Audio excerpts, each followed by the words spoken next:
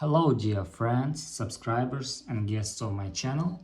In this video I want to show and tell you how to temporarily deactivate your Instagram account. Please put your like, subscribe to my channel and share this video with your friends. Let's get started. So, first we need to go to Instagram. After that, click on this button and click Account Center.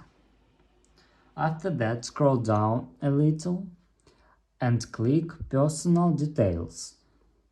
After that, click Account Ownership and Control. Click Deactivation or Deletion. Choose your account and choose Deactivate Account and click Continue. And that's all.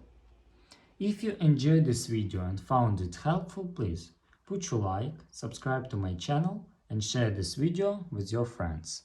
Bye bye everyone, see you later.